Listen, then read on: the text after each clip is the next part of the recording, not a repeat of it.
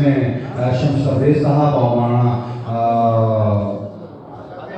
आज़म मेहदी साहब इंशाअल्लाह खिताबत फरमाएंगे। आप तमाम दर्शकों को गुजारिश है।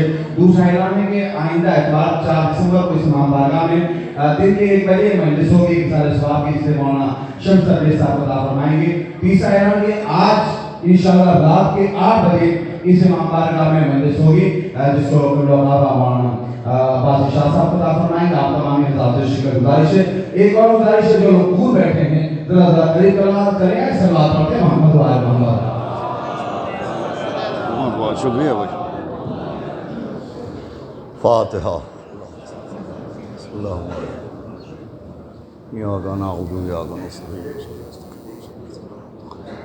गैरिल मग़ज़ूबि अलैहिम।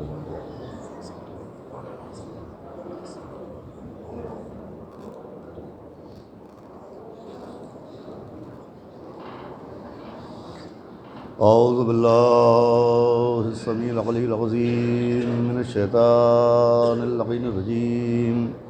बिस्मिल्लाहिर रहमानिर रहीम। अल्हम्दुलिल्लाहि रब्बिल आलमीन। अस्सलातु वस्सलाम अला सय्यदिना व नबियना व शफ़ीअना व तबीब क़ुलूबिना व मौलाना मुक़्तदाना अबिल क़ासिम मोहम्मद व आलिहि तय्यबीन अत्ताहिरीन अल-मासूमीन व लअनतुल्लाहि अला अअदाइहिम अजमईन मिन यौमिना हाज़ा इला यौमिद्दीन। अम्मा बअद फ़क़द क़ाल अल्लाहु सुब्हानहु तबारक व तआला फ़िल क़ुरानिल मजीद वल फ़ुरक़ानिल हमीद। बिस्मिल्लाहिर रहमानिर रहीम। वलाक़द करमना बनी आदमा व हमलनाहुम फ़िल बर्रि वल बहरि व रज़क़नाहुम मिनत तय्यबाति व फ़ज़्ज़लनाहुम अला कसीरिम मिम्मन ख़लक़ना तफ़ज़ीला। यौमा नदउ कुल्ला उनासिम बिइमामिहिम। सलवात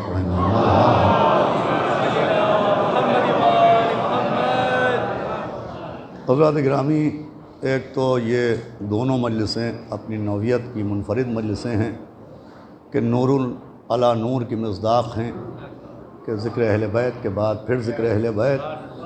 और दूसरे ये एक बहुत मुनफरिद मजलिसें हैं कि हर मजलिस में मजलिस के शुरू होने का ऐलान होता है। इस मजलिस में 3 बजे मजलिस के ख़त्म होने का भी ऐलान है। सलावात भेजे मोहम्मद। लिहाजा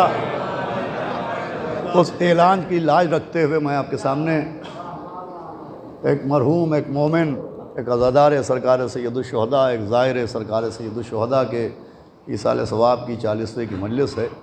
मैंने सूरह बनी इसराइल की जिन 2 आयतों की तिलावत करने का शरफ़ हासिल किया, उसमें एक आयत में खुदावंद आलम ने तमाम इंसानों को उनकी अहमियत से, अल्लाह ने जो इंसानों को नेमतें दी हैं, जो सलाहियतें दी हैं, जो सहूलतें दी हैं, उनसे आगाह किया। सबसे पहले इंसान को उसकी हैसियत समझाई गई। आयत के हाथों से ज़हन इंसानी को मुतवज्जे किया गया कि इंसान ख़ुद अपने स्टेटस को समझे, इंसान ख़ुद अपनी हैसियत को समझे, और उसके बाद अल्लाह का जितना शुक्र अदा करे वो कम होगा कि अल्लाह ने इंसान को शामिल मखलूक़ात करार नहीं दिया है, बल्कि अशरफ़ मखलूक़ात करार दिया है। इंसान को जो बुलंदी और बरतरी अता की, उसकी जानिब इंसान को मुतवज्जे किया गया कि हमने इस इंसान को बेपनाह इज़्ज़तों से नवाजा। व हमलनाहुम फ़िल बर्रि वल बहरि, के समंदरों में और खुश्कियों में हमने इसके लिए सवारियों का इंतज़ाम किया। व रज़क़नाहुम मिनत तय्यबात, कि हमने इस इंसान को तय्यब व ताहिर रिज़्क़ अता किया। व फ़ज़्ज़लनाहुम अला कसीरिम मिम्मन ख़लक़ना तफ़ज़ीला। देखिए, इस आयत में इंसान का ज़िक्र हो रहा है, और बिला फ़र्ज़ इसके बाद जो दूसरी आयत है उसमें इमाम का ज़िक्र हो रहा है कि यौमा नदो कुल्ला उनासिन बे इमामिहिम, कि क़यामत के मैदान में हर इंसान को उसके इमाम के साथ बुलाया जाएगा। देखिए, हिकमत कुरान समझिए कि पहले इंसान को उसकी हैसियत समझाई गई कि तुम समझो कि हमने तुम्हें कितना बाइख्तियार बनाया, हमने तुम्हें कितना इज़्ज़तदार बनाया। अब जब तुम अपनी हैसियत समझ लो कि तुम्हें कितना बाइख्तियार बनाया, कितना बुलंद बाला बनाया, कितना अफजल व आला बनाया। तो याद रखना कि क़यामत के मैदान में भी एक न एक दिन तुमको बुलाया जाएगा। अब जब मैदान क़यामत में तुमको बुलाया जाएगा तो ज़मीन व जायदाद के साथ नहीं बुलाया जाएगा, बागो बागात के साथ नहीं बुलाया जाएगा, मालो मनान के साथ नहीं बुलाया जाएगा, तख्त व ताज के साथ नहीं बुलाया जाएगा। कुरान ऐलान कर रहा है कि हर इंसान उसके इमाम के साथ बुलाया जाएगा। यानी पैगाम दिया जा रहा है कि समझो, जिसका जैसा इमाम होगा उसका वैसा अंजाम होगा। नजात का निसार इमाम के ऊपर है, जिसका जैसा इमाम होगा उसका वैसा अंजाम होगा।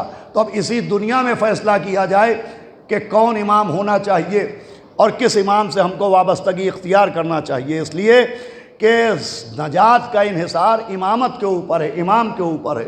अब अल्लाह ने मारिफत इमाम के लिए एक बहुत आसान रास्ता इख्तियार किया कि अगर तुम किताबें नहीं पढ़ सकते, तुम मुतालिया नहीं कर सकते, तुम आयतों को नहीं देख सकते, तुम रवायतों को नहीं देख सकते, तो कम से कम तुम अपनी ज़ात के आईने को देखो, तुम अपनी किताब सिफ़ात को पढ़ो और समझने की कोशिश करो कि जब तुमको हमने इतना इख्तियार बनाया, बाइख्तियार बनाया, जब हमने तुमको इतना साहिब इज़्ज़त बनाया, जब हमने तुमको इतना बुलंद व बाला बनाया, तो फिर इमाम की मंजिल क्या होना चाहिए। भाई इंसान का मतलब है हिदायत लेने वाला और इमाम का मतलब है हिदायत देने वाला। जब हिदायत लेने वाला इतना बाइख्तियार है तो हिदायत देने वाला कितना बाइख्तियार होगा। और जो हमारे यहाँ तो इंसान पहले अपनी ज़ात को देखे कि अल्लाह ने इंसान को कितनी इज़्ज़त अता की। देखिए, अल्लाह ने इंसान को इतनी इज़्ज़त अता की कि आप मस्जिद में बैठे मजलिस सुन रहे हैं कि अल्लाह ने इंसान को जो खल्क़ किया, पैदा किया तो अपनी इबादत के लिए, मगर इबादत के मामले में भी अल्लाह ने इबादत का जो हुक्म दिया है, तवज्जो सुनिएगा, वो अपनी अज़मत को देख के हुक्म नहीं दिया है, जिसमें इंसानी की ताकत को देख के हुक्म दिया है। भाई तवज्जो है कि नहीं।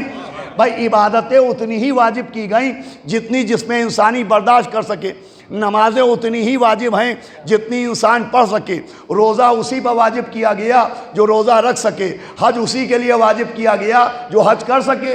अल्लाह ने इबादत में भी इंसान के जिस्म की ताकत को देखा कि इसे जहमत ना होने पाए, इसे तकलीफ़ ना होने पाए। अल्लाह ने इसको इतना मद्देनज़र रखा कि ख़ुद अपने आखिरी रसूल से कुरान में आयत मौजूद है जिसका पस मंज़र मौजूद है कि अपने हबीब से कहा, मेरे हबीब आप इतनी इबादत न कीजिए कि आपके जिस्म को अज़ियत पहुँचने लगे। भाई पैगंबर इस्लाम सारी सारी रात नमाज़ पढ़ते थे तो आपके पाँव में वरम आ जाता था।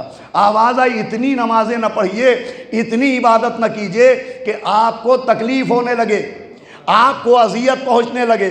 यानी अल्लाह ने अपने हबीब के मामले में भी अपनी इबादत को नहीं देखा है, पैगंबर इस्लाम के जिस्म की अज़ियत को देखा है। पैगंबर को रोका गया कि इतनी इबादत न कीजिए, इतनी नमाजें न पढ़िए कि आपके जिस्म को तकलीफ़ पहुँचे। अब ये अलग बात है कि वही नबी जिसे मकान में इबादत के मामले में रोका गया, उसी को मैदान गदीर में विलायत के लिए टोका गया। तो जो फरमाइएगा,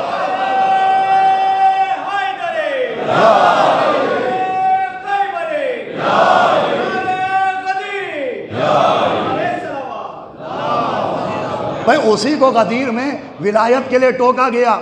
वहाँ धूप नहीं देखी गई, तपता सहरा नहीं देखा गया, तकलीफ़ नहीं देखी गई, सूरज की हरारत नहीं देखी गई। वहाँ कहा गया कि अगर ये न किया तो कुछ न किया। मैं कहूँगा ये क्या मामला है। भाई मकान में नबी इबादत करें तो कसरत इबादत से रोक दिया जाए और गदीर में ऐलान विलायत के लिए टोक दिया जाए। भाई पढ़ना मेरा काम है, समझना आपका काम है। आवाज़ आएगी, सुनो, मसला ये है कि हम अपना मिजाज समझा रहे हैं कि न इबादत के मामले में तकलीफ़ गवारा है, न विलायत के मामले में ताख़ीर गवार है। सलावत भेजे मोहम्मद वाले मोहम्मद। भाइएगा, न इबादत के मामले में हमें तकलीफ़ बर्दाश्त है, न ऐलान विलायत के मामले में ताख़ीर बर्दाश्त है। तो अल्लाह ने इबादत के मामले में भी जिसमें इंसानी की सहूलत को देखा है। इबादत में सबसे अफजल इबादत किसे कहा जाता है? नमाज। अस्सलातु मिराजुल मोमिन, अस्सलातो उमुद्दीन। मगर अजीज़ों, नमाज का भी एक कानून है भाई। नमाज जमात में सबसे ज़्यादा सवाब है और नमाज जमात का एक कानून है। आप खुद जानते हो तो आप तस्दीक कीजिए, वरना उलमा से पूछिए कि नमाज जमात के लिए ख़ास कानून है। नमाज फुरादा के लिए हुक्म है कि नमाज फुरादा में चाहे जितनी तूलानी नमाज पढ़ो, नहीं रोका गया, लेकिन जमात की नमाज में जो नमाज जमात पढ़ाए उसके लिए कानून यह है कि नमाज जमात मुख्तसर पढ़ाई जाए। तवज्जो है कि नहीं? नमाज जमात को तूल न दिया जाए, छोटे छोटे सूरे पढ़े जाएं, बड़ी दुआएं न पढ़ी जाएं, मुस्तहबात पर जोर न दिया जाए, वाजिबात पर इक्तिफा की जाए, नमाज जमात मुख्तसर पढ़ाई जाए। क्यों? इसलिए कि जो नमाज जमात में नमाज पढ़ रहे हैं उनमें सब जवान नहीं हैं, उनमें ज़ईफ़ भी हैं, उनमें सब सेहतमंद नहीं हैं, उनमें मरीज़ भी हैं, उनमें सब मुसाफिर मुकामी नहीं हैं, कुछ मुसाफिर भी हैं। तो अल्लाह ने नमाज जमात में इख्तिसार का हुक्म दिया कि कहीं मुसाफिरों को ज़हमत ना हो, बीमारों को अज़ियत ना हो, कमज़ोरों को अज़ियत ना हो। भाई पैगम्बर इस्लाम के ज़रिए यह हुक्म पहुँचाया। नमाज जमात में भी अल्लाह ने अपनी अज़मत को नहीं देखा, नमाजियों की ज़हमत को देखा। भाई तवज्जो फरमा रहे हैं आप कि मरीज़ों को तकलीफ़ ना हो, सेहतमंदों के साथ जो बीमार हैं उनको तकलीफ़ ना हो। अब ये अलग बात है, अब ये अलग बात है कि जिस नबी ने ये हुक्म दिया कि नमाज जमात मुख्तसर पढ़ाना, वही नबी हैं। मस्जिद नबवी है, जमात की नमाज है, नबी का सजदा है, पीठ पर हुसैन है।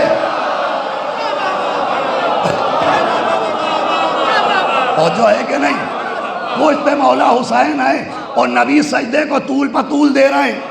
मैं कहूँगा या नबी अल्लाह, हमसे कहा कि नमाज जमात को तूल न देना, और ये ज़ोहर की नमाज पुष्ट पर मौला हुसैन, आप सजदे को तूल क्यों दे रहे हैं? भाई आपके पीछे भी सब के सब जवान नहीं हैं, ज़ईफ़ भी हैं। अरे आपके पीछे भी सब सेहतमंद नहीं हैं, कुछ बुग़्ज़े अली के मरीज़ भी हैं।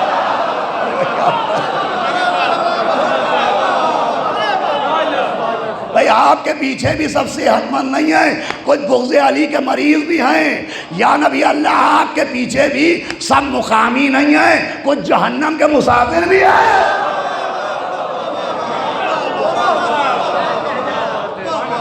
आपने हमसे कहा कि नमाज जमात मुख्तसर पढ़ाओ और खुद सजदे को तूल पतूल दे रहे हैं। सबब क्या है?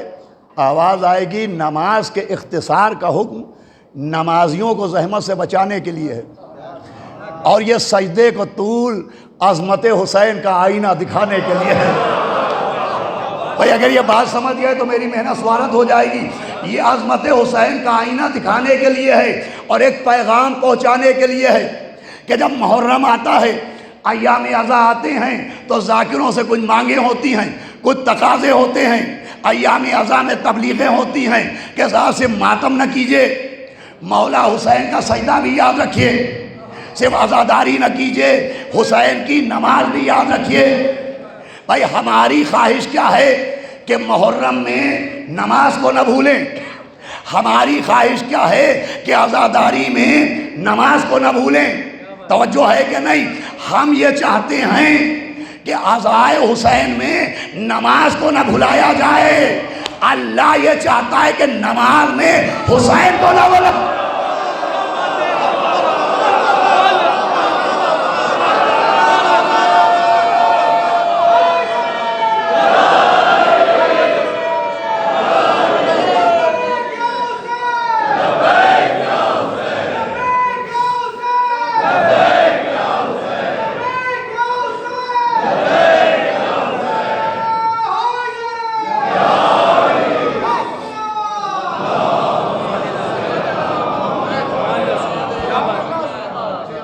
अल्लाह चाहता है नमाज में भी मौला हुसैन को न भूलना। आप ज़बरदस्ती तारीफ़ न कीजिए, दलील लेके जाइए। भाई दो नमाजें पूरे साल में ऐसी होती हैं जिसमें सबसे ज़्यादा मजमा होता है, एक ईद की नमाज और बकरीद की नमाज। सारे खोए हुए नमाजी सफ़ेद सफ़ेद कफन पहने,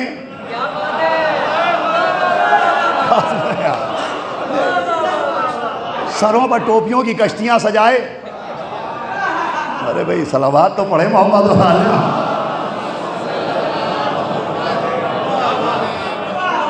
ईद और बकरीद में नजर आते हैं सारे गुमशुदा नमाजी।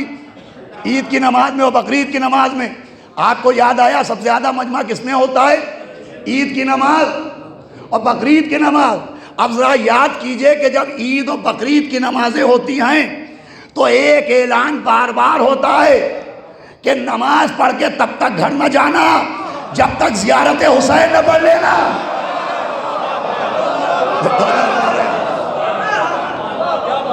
जब तक ज़ियारत वारसा न पढ़ लेना। भाई दिन खुशी का है और हुक्म दिया गया ज़ियारत हुसैन का। समझाया गया अल्लाह को कोई खुशी गमे हुसैन के बगैर कबूल ही नहीं।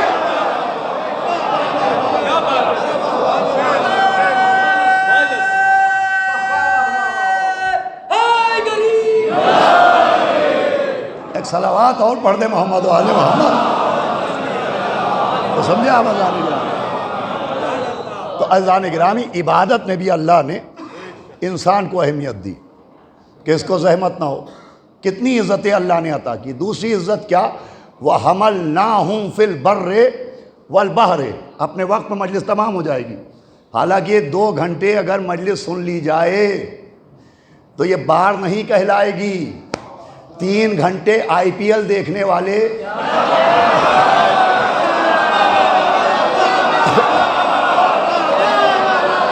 सलावत भेजे मोहम्मद वाले मोहम्मद।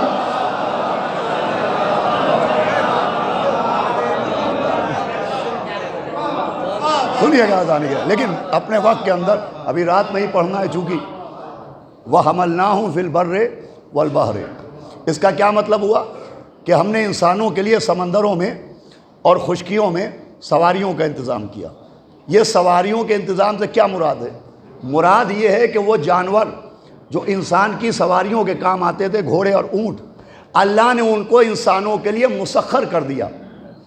भाई आप सवारी पर बैठते हैं तो 8वें इमाम की दुआ पढ़ते हैं, सुभान अल्लज़ी सख्खर लना हाजा, कि बेनियाज है वो खुदा जिसने इस सवारी को मेरे लिए मुसख्खर किया। ये मुसख्खर का क्या मतलब है? कि इसका कंट्रोल मेरे हाथ में दे दिया। मालिक वो है, मुख्तार मुझे बना दिया। खालिक वो है, इताअत मेरी लाजिम कर दी। ये किस बात की दलील है? भाई अल्लाह ने जानवरों को इंसान के लिए फर्माबरदार बनाया, इंसान के लिए मुती बनाया।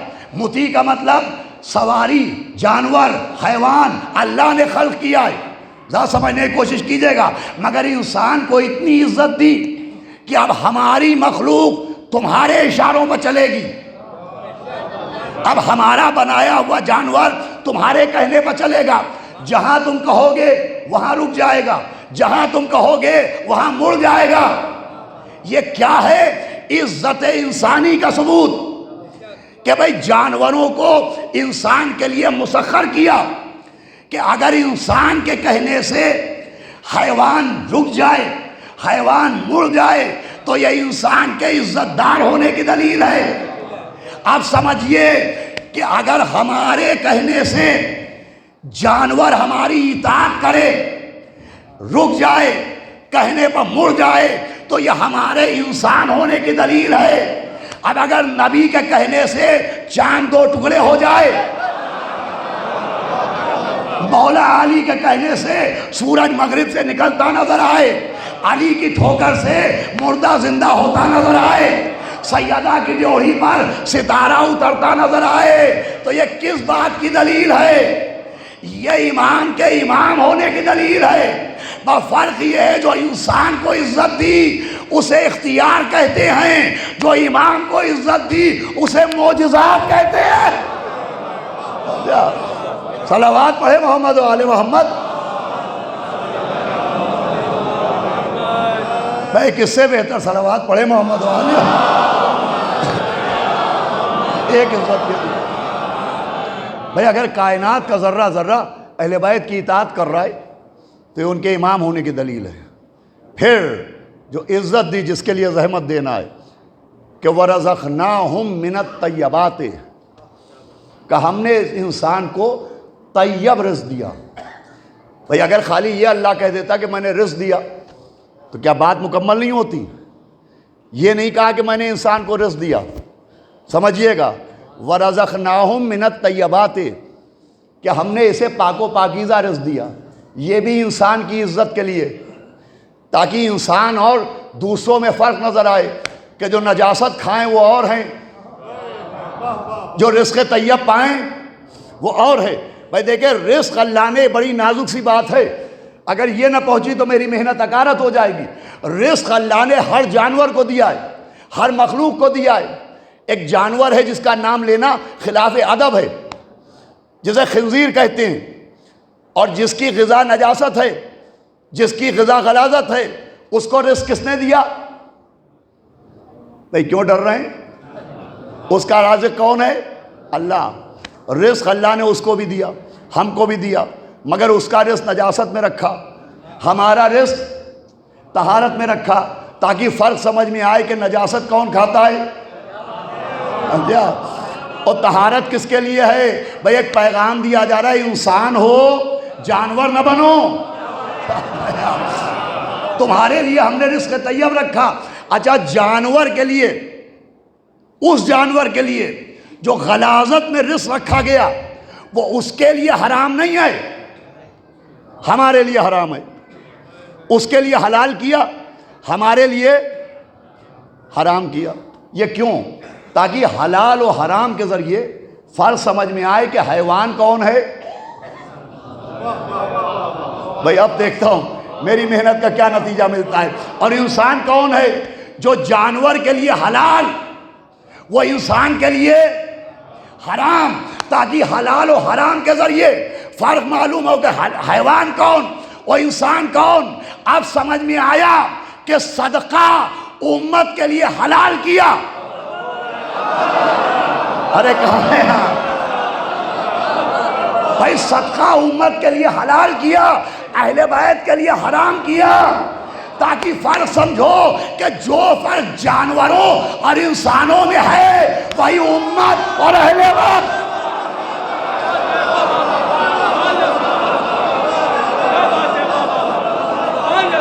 सलावत पढ़े मोहम्मद और अहले मोहम्मद पर।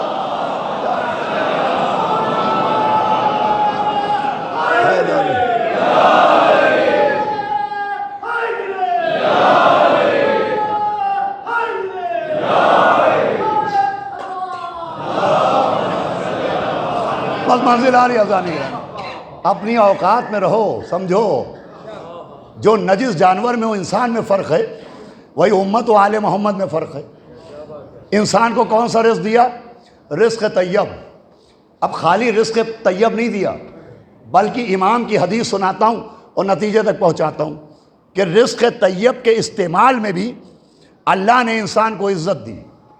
चुनांचे छठे इमाम जाफ़र सादिक़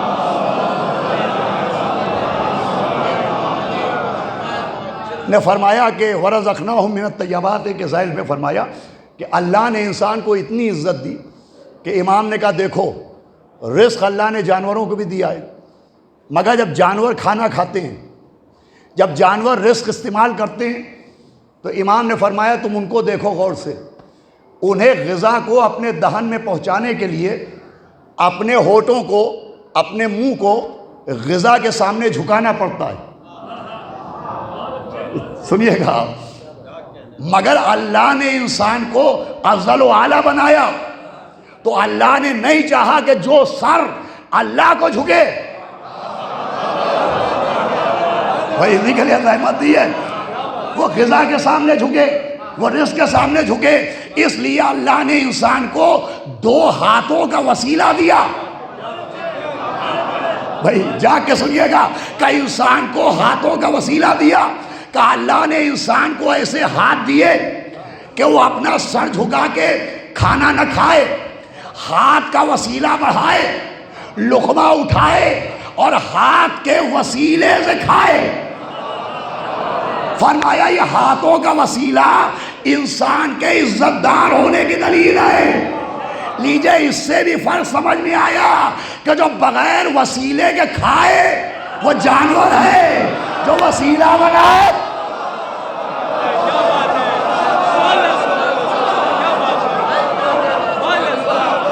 साथ पढ़े मोहम्मद वाले मोहम्मद।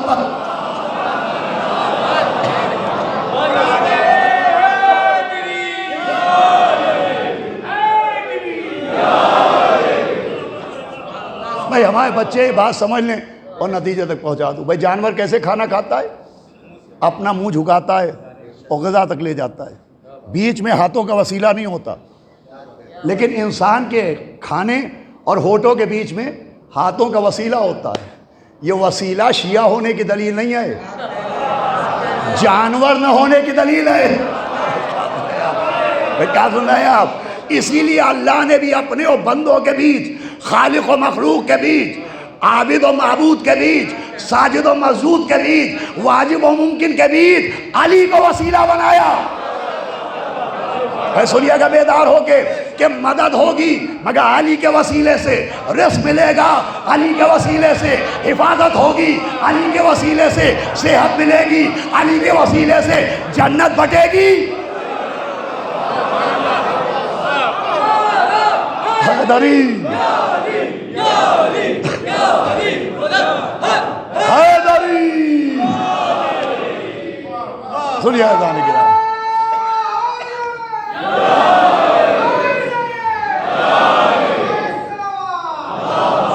अब देखिए जो अर्ज करना है इंशाअल्लाह मेरी बात पहुंच गई। मौला अली जो वसीला हैं, तो ये वसीला सिर्फ मौला अली के मददगार होने की दलील नहीं है।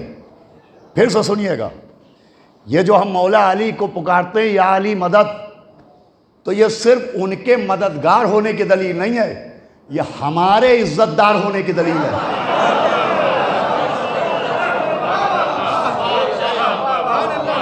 बड़ा वज़नी जुमला था।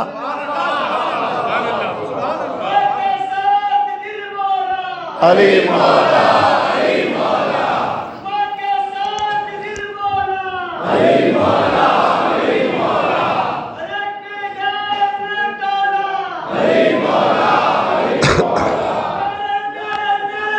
हैदरी लाई दे दिए।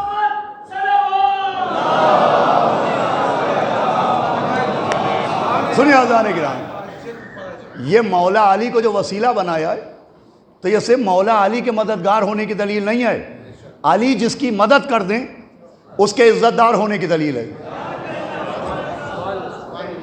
भाई अल्लाह ने इंतज़ाम किया कि मौला अली की मदद से सिर्फ मदद नहीं मिलेगी, तुम्हारी इज्जत में इजाफा भी होगा।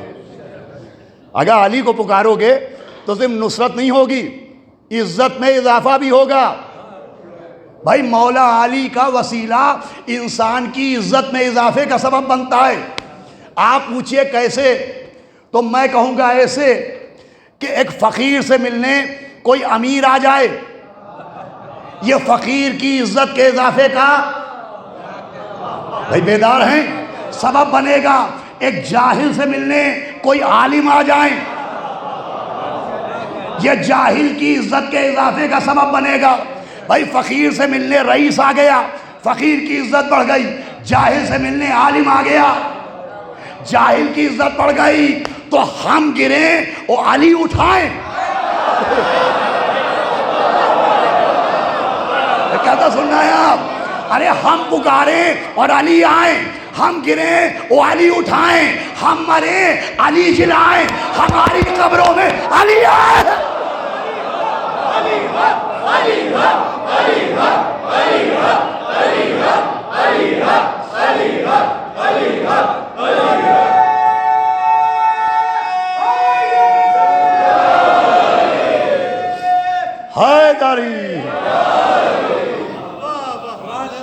ये हमारी इज्जत में इजाफे का सबब है, ये हमारी इज्जत में इजाफे का सबब है। अल्लाह ने मौला अली को वसीला यूँ बनाया कि खाली मदद ना हो, जिसकी मदद हो उसकी इज्जत भी बढ़ जाए। इसलिए खुद मौला अली ने फरमाया सारे नबियों की मदद मैंने छुप के की, और आखिरी नबी की मदद मैंने खुल के की। और जब आखिरी नबी की खुली हुई मदद की, उसे शबे हिजरत की खुली आंखों ने देखा। भाई जाहिर जाहिर अली की आंखें बंद हो गई, लेकिन तारीख की आंखें खुली थी। उसे शबे हिजरत कहते हैं कि नबी कह रहे हैं अली मेरे बिस्तर पर सो जाइए तो मेरी जान बच जाएगी। अली कह रहे हैं मैं सो जाऊं तो आपकी जान बच जाएगी। कहा आप सो जाइए तो मेरी जान बच जाएगी। लोग कहते हैं अली नजब में सो रहे हैं, आपको कैसे बचाएंगे? जैसे सो के नबी को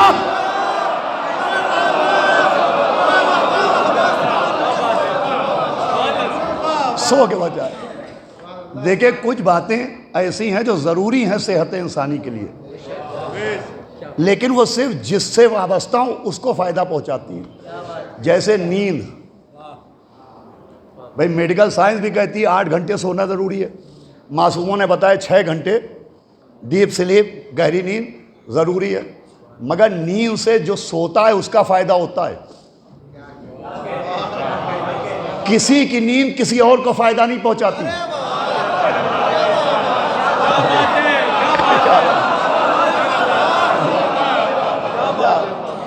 आइए नींद की गोलियां खा के 12 घंटे हम आप सोएं, ना आपकी नींद से मुझे फ़ायदा होगा ना मेरी नींद से आपको फ़ायदा होगा। किसी की नींद से किसी दूसरे को फ़ायदा नहीं होता। हाँ, खर्राटों से नुकसान होता है। सलावात भेजे मोहम्मद वाले मोहम्मद। अरे वारे मेरे मौला कि अली की नींद भी तहफ़्फ़ुज़े नबी का ज़रिया बन गई। अरे कौन समझेगा आज़मत अली को जिसका सोना हिफाजत नबी का जरिया बन जाए और जिसकी चांदी फिजा कहलाए। कौन समझे? तो आप सो जाइए। आप बड़े बड़े उलमा अहले सुन्नत ने लिखा, सुनिए बस 10 मिनट में गुफ्तगू तमाम हो रही है। लिखा कि जब मौला अली बिस्तर पर सोए तो अल्लाह ने फरिश्तों से कहा कि मैंने तुमको एक दूसरे का भाई बनाया। कहा बनाया? तो कहा तुम में से कोई फरिश्ता दूसरे फरिश्ते को अपनी ज़िंदगी देने को तैयार है? तो फरिश्तों ने कहा पालने वाले तो कादिर व कदीर है, किसी की ज़िंदगी बढ़ाने के लिए किसी की ज़िंदगी घटाने की क्या ज़रूरत है? आवाज़ आई अब देखो ज़मीन पर,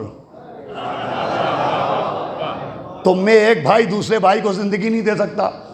वो देखो एक भाई दूसरे भाई के लिए तलवारों के साए में सो रहा है। अब जाओ वो सोते रहें, तुम कसीदा पढ़ते रहो। अरे वहाँ अंधेरे में कसीदे खानी हुई, यहाँ तो रोशनियों में होती है। जिब्रील और मीकाईल सारी रात कसीदा पढ़ते रहे। अब वो कसीदा क्या पढ़ा? उसका एक जुमला था कि जिब्रील कह रहे थे मन मिस्लो का यब्ना अबी तालिब, कि अबू तालिब के बेटे कौन है आपका जैसा।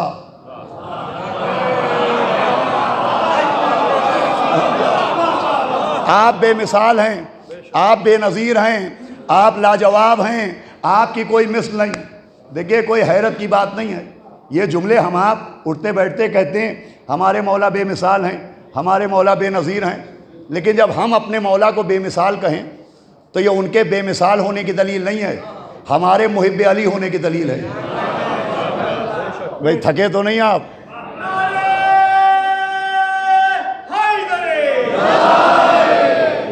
सुनिएगा, ये हमारे मुहिब्बे अली होने की दलील है। जब हमने कहा हमारे मौला जैसा कोई नहीं, हमारे मौला जैसा कोई नहीं, तो ये अकीदत बोल रही है। इसलिए कि हमने अब तक मौला अली जैसा तो मौला अली जैसा कोई कंबर जैसा नहीं देखा, कोई अबूजर जैसा नहीं देखा, कोई अम्मार जैसा नहीं देखा, कोई मीसा में तम्मार जैसा नहीं देखा। तो हमने कहा तो जोश में कह दिया कौन है मौला अली जैसा। लेकिन ये शबे हिजरत कौन कह रहा है? जिब्रील, कि अली आपका जैसा कोई नहीं। ये वो कह रहा है जिसने आदम जैसे सफ़ीउल्लाह को देखा, नूह जैसे नजीउल्लाह को देखा, इब्राहीम जैसे खलील को देखा, इस्माइल जैसे ज़बी को देखा, लुकमान जैसे हकीम को देखा, यूसुफ जैसे हसीन को देखा, ईसा जैसे मसीह को देखा। अरे आसमान पर नबूवतों के सितारे देखने के बाद अब जो इमामत का सूरज देखा, कहे अली आपका जैसा कोई नहीं। जिब्रील कहना ये चाह रहे हैं ना आदम अली जैसे, ना नूह अली जैसे, ना इब्राहीम अली जैसे, ना मूसा अली जैसे, ना ईसा अली जैसे। भाई जिब्रील शबे हिजरत कहना चाह रहे हैं कि फजीलत के मैदान में अली आगे हैं, आदम उनके पीछे, अली आगे हैं, नूह उनके पीछे, अली आगे हैं, इब्राहिम उनके पीछे, अली आगे हैं, मूसा उनके पीछे, अली आगे हैं, ईसा उनके पीछे।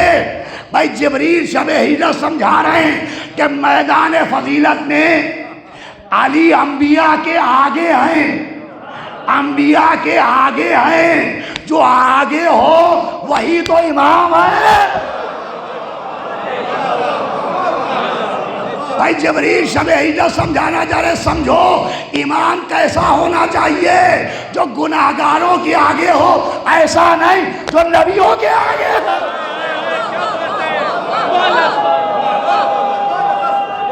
हैदरी ऐसा होना चाहिए।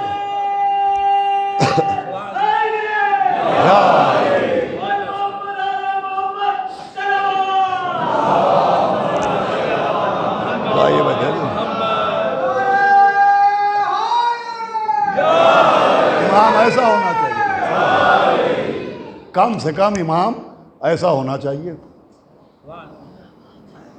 अजीज़ों, यहीं पर यह बात कही जाती है, देखा मौला अली को नबियों से बढ़ा दिया, ये गुलू हो गया, मौला अली को अंबिया से बढ़ा दिया।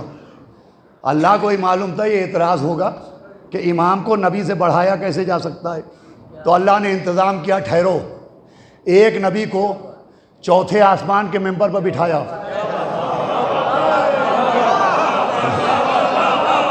आखिरी मंजिल है, बेदार होकर सुनिएगा। एक इमाम को पर्दे गैबत के गुलशन में छुपाया, मरियम के बेटे को चौथे आसमान पर छुपाया, जहरा के बेटे को पर्दे गैबत में छुपाया। वो है नबी, यह है इमाम। कानून बना के जब इमाम पर्दे गैबत हटा के बाहर आएंगे तो नबी आसमान की सीढ़ियों से जमीन पर आएंगे। क्या ईसा आएंगे, ये सब मानते हैं। तमाम मिलत मुस्लिमा मानती है कि इमाम महदी आएंगे तो हज़रत ईसा भी आएंगे। मुझे बताइए हज़रत ईसा क्या करने आएंगे? इंजील सुना चुके, अब क्या करने आएंगे? फ़राइज़ नबूवत पूरे कर चुके, अब क्या करने आएंगे? गदीर में दीन मुकम्मल हो गया, अब क्या करने आएंगे? खातिमुन नबीन आ चुके, अब क्या करने आएंगे? कब अपनी कौम को इमाम की मारिफत कराने आएंगे।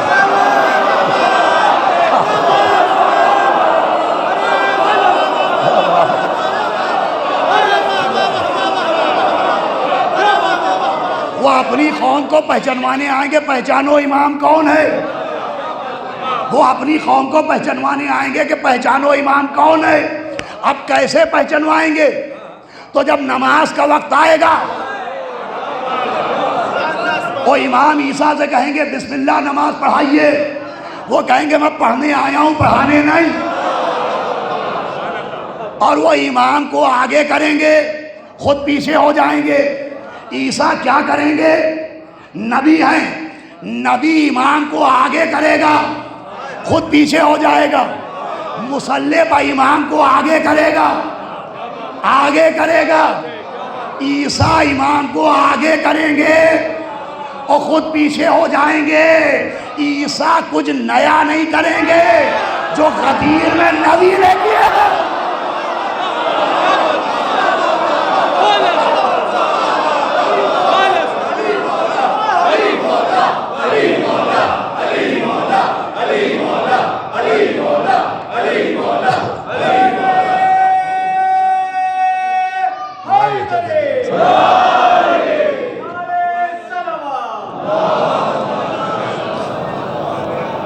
बस देखिए 3 बजने में 5 मिनट रह गए।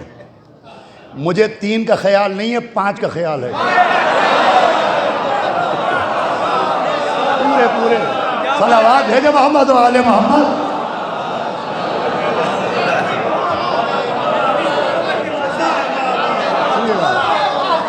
जो ऐलान है उसके हिसाब से सुने अज़ान गिरानी।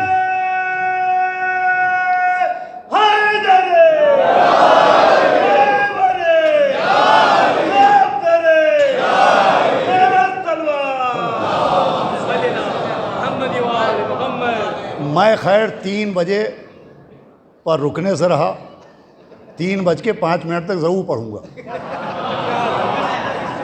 हम 3 मीन पे नहीं रुकते हैं, हम पंजतनी हैं। सुनिए अज़ान गिराम, ये है इमाम। पहचानो इमाम कैसा होना चाहिए, ऐसा होना चाहिए। इमाम ऐसा होना चाहिए। क़यामत के मैदान में हर इंसान इमाम के साथ बुलाया जाएगा। अब दुनिया में इंसान को देखिए, इंसान अपना स्टेटस मेंटेन करने के लिए क्या क्या नहीं करता है। आजकल तो व्हाट्सएप के स्टेटस पे काला आदमी अपने को गोरा किए ले रहा है, बुढ़ा अपने को जवान किए ले रहा है। सलावात भेजे मोहम्मद हाल है। भाई क्या क्या किया जा रहा है। नकली बाल लगाए ले रहे हैं लोग अपना चांद छुपाने के लिए। तो स्टेटस मेंटेन के लिए क्या नहीं करता। देखिए, अगर दुनियावी तौर पर कोई अच्छा ओहदा मिल जाए, कोई आईएएस हो जाए, आईपीएस हो जाए, तो अगर कोई आईएएस आईपीएस हो जाता है तो फिर वो दुनियावी स्टेटस के लिए सोचता है कार भी ऐसी लो जो इज़्ज़त में इजाफे का सबब बने, मकान भी ऐसा बनाओ जो इज़्ज़त में इजाफे का सबब बने, इलाका भी ऐसा ढूंढो जो इज़्ज़त में इजाफे का सबब बने। अल्लाह यही तो समझा रहा है कि तुम्हें यहाँ अपने स्टेटस का बड़ा ख्याल है, क़यामत में भी तो ख्याल रखो। ऐसे इमाम के साथ आओ जो इज़्ज़त के इजाफे का सबब बने, ऐसा नहीं जो जहन्नम जाने का सबब बने। ऐसा इमाम इख्तियार करो। अल्हम्दुलिल्लाह हम ऐसे ही इमामों के दामन से वाबस्ता हुए जो इस दुनिया में भी हमारी इज़्ज़त के इजाफे का सबब बनता है और आखिरत में भी इज़्ज़त के इजाफे का सबब बनता है। अल्लाह दरजात बुलंद करे हमारे मरहूम इमाम रज़ा साहब मरहूम का, कि उनका नाम ही इमाम के नाम ही इसमें गिरामी से निस्बत रखता था। ऐसा इमाम कि जो इस दुनिया में भी काम आता है, कि जब रूह निकाली जाती है, भाई एक से एक पेन किलर्स बन चुकी हैं। इंसान को जिस्म में तकलीफ़ होती है तो पेन किलर ख़रीदने जाता है, दर्द की दवा। लेकिन किसी मेडिकल स्टोर में वो पेन किलर नहीं मिलेगी जो रूह के निकलने की तकलीफ़ को मिटा दे। सबसे ज़्यादा दर्द तब होता है जब इंसान के जिस्म से रूह निकलती है। आप किसी मेडिकल स्टोर पर जाइए, हमारे रज़ा मियाँ मेडिकल लाइन से वाबस्ता है, इनसे पूछिए कोई ऐसी पेन किलर है जो तकलीफ़ है मौत को दूर कर दे। ऐसी कोई पेन किलर नहीं है कि जब रूह निकले हो तकलीफ़ ना हो। सिर्फ एक पेन किलर अल्लाह ने बनाई है, उसको आमद अली कहते हैं। हमारे घबराना नहीं, हम आएंगे, हम आएंगे। रूह निकलेगी तो हम आएंगे, मलकुल मौत आएगा तो हम निकलेंगे आएंगे, कब्र की मंजिल आएगी तो हम आएंगे। कब्र बड़ी ख़तरनाक जगह है कि नासरी कब्र पर इबरत के लिए लिखवा दो, तोल खींचा है यहाँ तक शब तन्हाई ने। वो वहशत, वो सन्नाटा कि अब कोई नहीं आता, वहाँ भी आवाज़ आई हम आएंगे। पूछने वाले ने पूछा कि कब्र में पटरे होते हैं, अली कैसे आएंगे? तो कब्र में पटरे नहीं होते, दुश्मन अली की अक्ल में पटरे होते हैं। अरे जिस अली को काबे की दीवार न रोक पाए,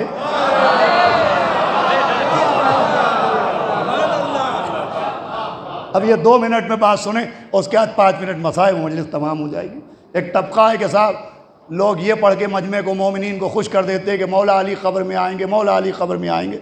ये बात मैं बहुत पहले पढ़ भी चुका हूँ, लेकिन जिन बच्चों ने नहीं सुना वो सुन लें कि खाली ये पढ़ के खुश कर दिया जाता है कि मौला अली क़ब्र में आएंगे, और बातें नहीं पढ़ी जाती। क्या नहीं पढ़ी जाती? कज़ाल रवायतों में ये भी तो है कि क़ब्र में सांप आएंगे, रवायतों में ये भी तो है कि क़ब्र में बिच्छू आएंगे। ये क्यों नहीं पढ़ते? तो क्यों पढ़ें? कज़ाल इमाम ने कहा है। तो देखिए, इमाम की हदीस को समझना बच्चों का खेल नहीं है। अरे इमाम तो इमाम हैं। आज तक मीर तकी मीर के सारे शेर दुनिया नहीं समझी कि वज़ू को मांग के पानी खिजल न करे मीर, वो मुफलिसी है तयम्मुम को घर में खाक नहीं। चचा गालिब नक्श फरियादी है किसकी शौक़ी है तहरीर का, कागज़ी है पैरहन और पैकर तस्वीर का। आज तक नाक़िदीन अदब सर पकड़े बैठे कि गालिब क्या कह गए, मीर क्या कह गए। अरे मीर की गज़ल समझ में आई नहीं, जनाब अमीर का कौल समझिएगा।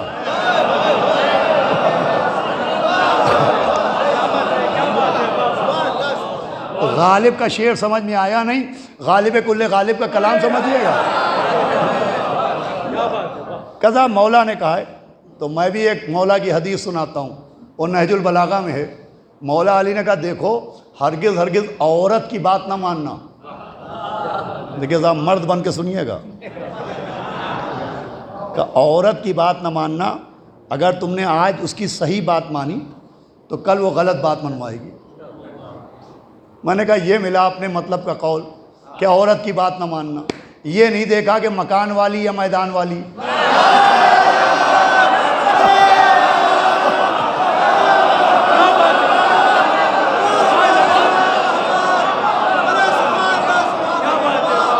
खाली इतना सुन लिया साहब, औरत की बात ना मानना। और मैंने अपने एक दोस्त को बताया कि मौला अली ने कहा है कि औरत की बात ना मानना। और वो हमारा दोस्त अपनी माँ का बहुत इताअतगुज़ार था। वो घर पहुँचा, उसकी माँ ने कहा बेटा ये दवा ख़त्म हो गई है, ले आना। उसने कहा अम्मा रात में 2 बजे आप जो हुक्म देती थी वो मैं अमल करता था, लेकिन आज से कुछ कहिएगा नहीं, इसलिए कि आज से मैं कुछ करूँगा नहीं। कहा क्यों? कहा मौला अली ने कहा औरत की बात ना मानिए। आप भी तो औरत हैं, क्या जवाब दिया जाएगा? कहा अहमक औरत हैं मगर माँ भी तो हैं, औरत हैं मगर माँ भी तो हैं। जुमला चाहे जैसे सुनिएगा, जैसे औरत माँ बन जाए तो कानून बदल जाता है। मरने वाला मुहिब्बे अली हो तो कब्र का कायदा।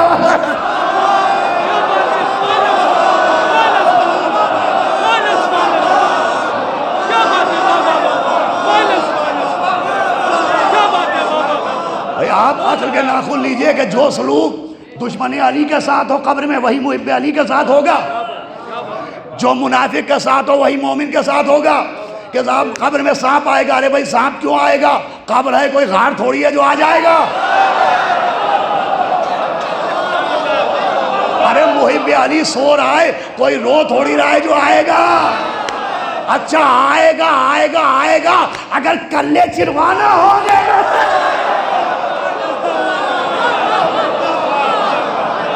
मौला अली ने कहा हम आएंगे, हम।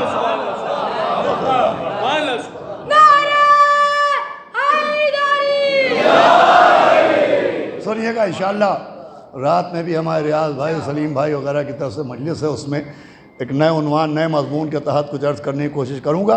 और तमाम हुई कि इमाम ऐसा होना चाहिए, घबराना नहीं, हम आएंगे। मौला अली ने कहा हम आएंगे। मौला हुसैन ने कहा जो मेरी ज़ियारत को जाएगा कब्र में पहली रात मैं आऊँगा। इमाम रज़ा गरीब की हदीस है कि जो मेरी मशहद की ज़ियारत को आएगा उसकी कब्र में मैं आऊँगा। यकीनन दराजात बुलंद हैं हमारे रज़ा भाई के वालिद मरहूम के, कि न जाने कितनी मरतबा के ज़ाहिर भी थे, और जो आखिरी अमल था वो शिरकत मजलिस हुसैन थी। मौला हुसैन की मजलिस में शिरकत करके आए और फिर ज़ियारत हुसैन की ख्वाहिश। देखिए इमाम हुसैन की ज़ियारत की वो प्यास है कि न कभी बुझती है और न कोई चाहता है कि ये बुझने पाए। बार बार मौला हुसैन की ज़ियारत के लिए अल्लाह हमारे रज़ा मियाँ को, उनके भाई को, उनकी बेटी को, मरहुमा की बेवा को, मरहूम की बेवा को, सबको तौफीक सब्र अता करे। नहायत मिलनसार अभी आप असद यावर साहब से सुन रहे थे कि वो ताज़िया सर पर उठाते थे।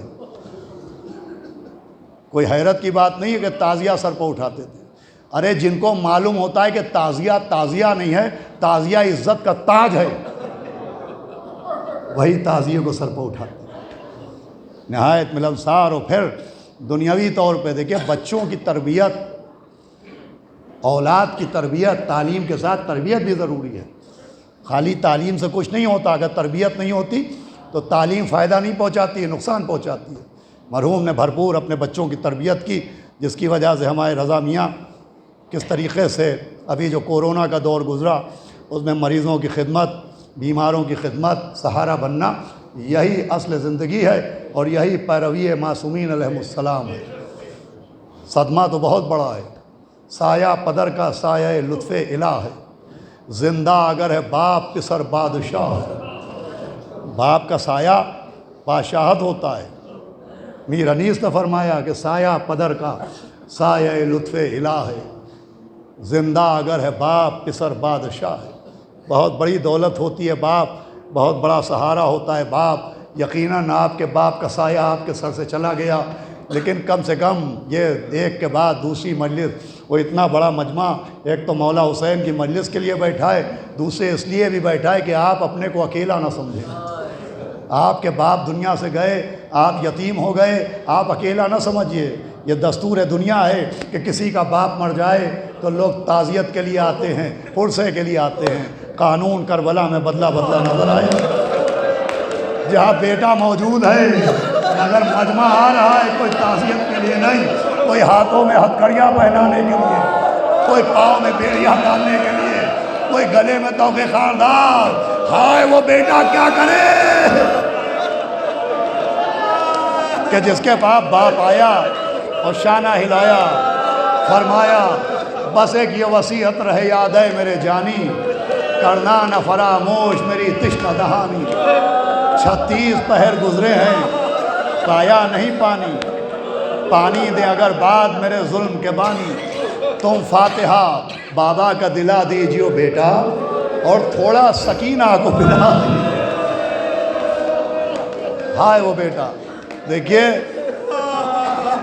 दिल की चोट, दिल पर चोटें लगती हैं। एक तो ये कि ये दूसरी मजलिस हो रही है, बहुत से लोग मरीज़ भी होंगे, बहुत से लोग जो चले आते हैं मजलिस से उठ के तो तकलीफ़ की वजह से ही चले जाते हैं। किसी के घुटने में दर्द होने लगता है, किसी को तकलीफ़, लेकिन फिर भी ज़ाकिर को नागवार गुज़रता है। अगर मैं देखूं कि 2-2 लोग 3-3 लोग उठ के जा रहे हैं तो मुझे बुरा लगेगा, लेकिन दिल पर चोट नहीं लगेगी।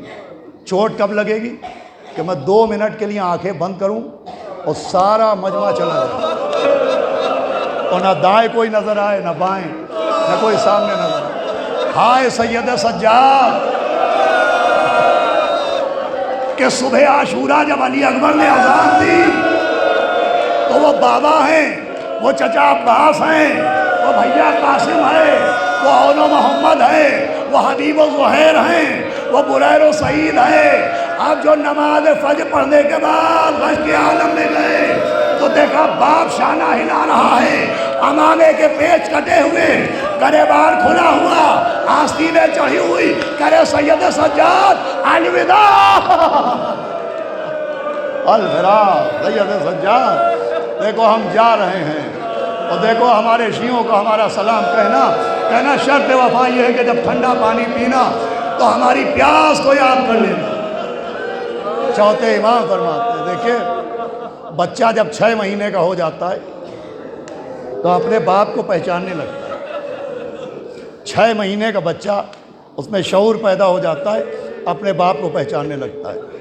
ये हमारे आपके बच्चों की बात है। 6 महीने का बच्चा बाप को पहचानने लगता है। हाय मौला हुसैन की मजलूमी कि चौथे इमाम कहते हैं जब मेरे बाप ने शाना हिलाया तो खुदा की कसम मैं अपने बाबा को पहचान नहीं पाया।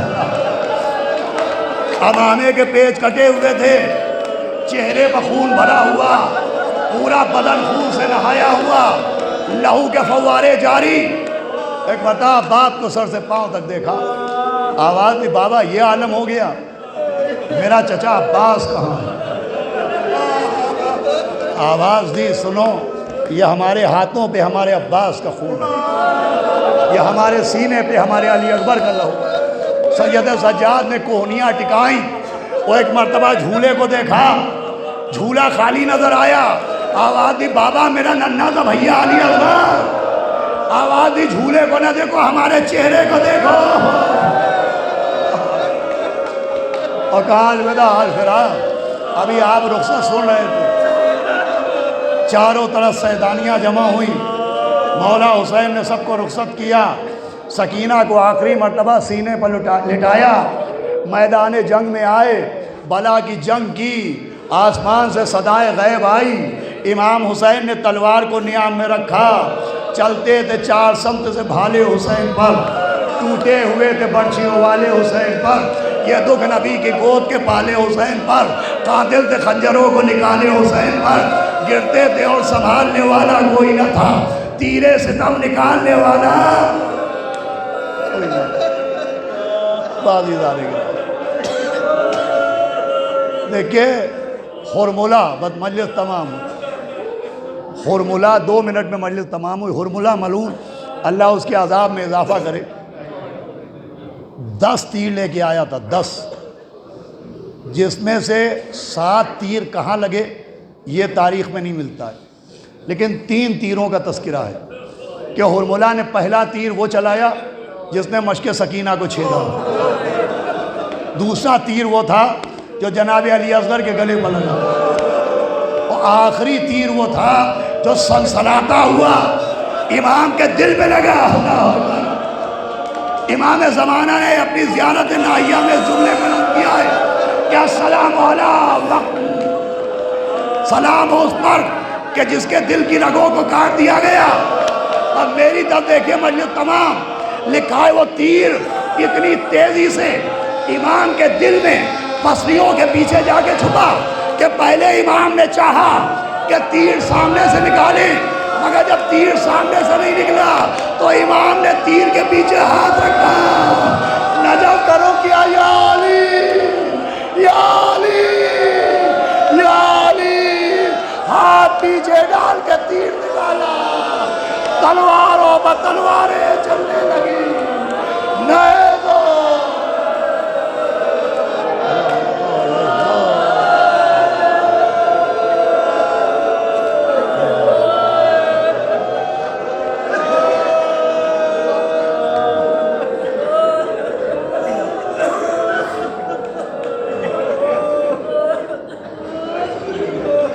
हज़रात फिर से एक मरतबा सूरह अल-हम्द और सूरह इखलास की तिलावत फरमाकर जनाब इमाम रज़ा साहब मरहूम इब्ने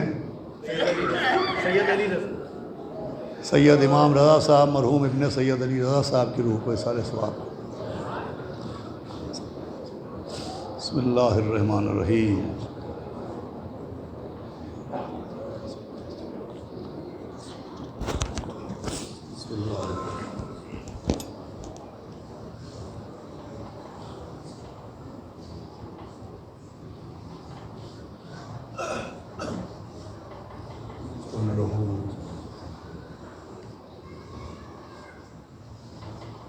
फातिमा वाबिहा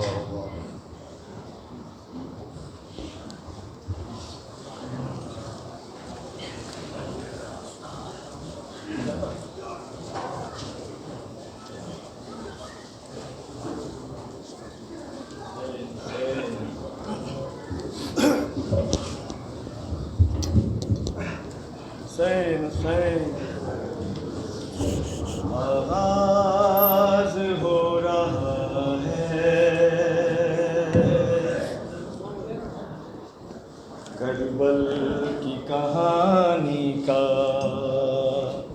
आगाज़ हो रहा है करबल की कहानी का, आगाज़ हो रहा है करबल की कहानी। लोगों ये जनाजा है इस्लाम के बानी का, आगाज़ हो रहा है करबल की कहानी का, आगाज़ हो रहा है करबल की कहानी का। लोगों ये जनाजा है इस्लाम के बानी का, आगाज़ हो रहा है। बीबी ने कहा बाबा करबल में चले आना, बीबी ने कहा बाबा करबल में चले आना, मंजर मैं दिखाऊंगी अकबर की जवानी का। लोगों ये जनाजा है इस्लाम के बानी का,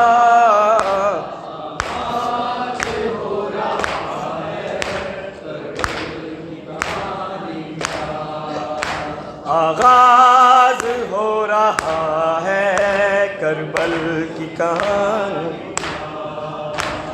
कट जाएंगे बाजू भी अब्बास बावफा के, कट जाएंगे बाजू भी अब्बास बावफा के। तीरों से होगा छलनी मशकी ज़ब पानी का। लोगों ये जनाजा है इस्लाम के बानी का। आगाज हो रहा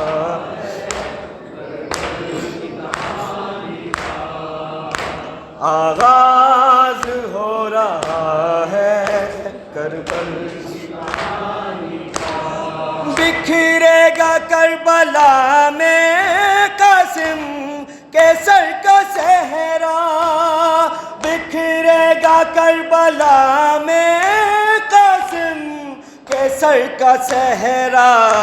खुशियाँ समेट लेगा आलम वो वीरानी का। लोगों ये जनाजा है इस्लाम के बानी का। आगाज हो रहा है आगाज हो रहा है करबल। हश्र मेरे मौला मुश्ताक रहूं तेरा। हश्र मेरे मौला मुश्ताक रहूं तेरा। मिल जाए शरफ मुझको बस तेरी गुलामी का। लोगों ये जनाजा है इस्लाम के बानी का। आगाज हो रहा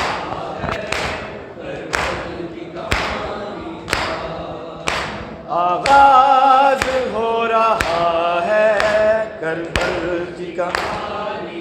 सैन सैन सैन सैन सैन सैन। और गया